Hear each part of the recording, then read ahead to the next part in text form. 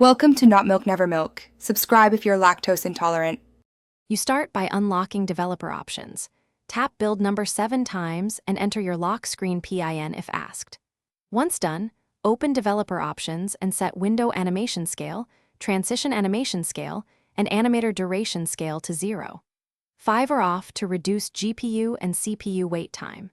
Make sure USB debugging stays off unless required for ADB tasks. Leaving it on increases attack surface. These first steps immediately cut perceived lag by skipping long visual delays and freeing CPU cycles for apps. Next, tighten how many apps can stay in memory.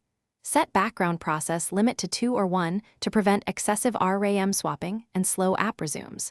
Then enable forced GPU rendering for compatible 2D interfaces. This offloads simple draws to the GPU and can smooth UI motion.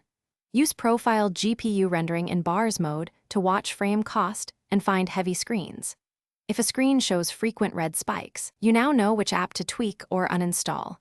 These middle steps balance memory, CPU, finish by rebooting. Many settings apply cleanly only after a restart, and you should monitor battery and temperature for a day or two. If apps misbehave, make sure to undo aggressive options. Restore animation scales to 1x and turn off forced GPU rendering or background limits.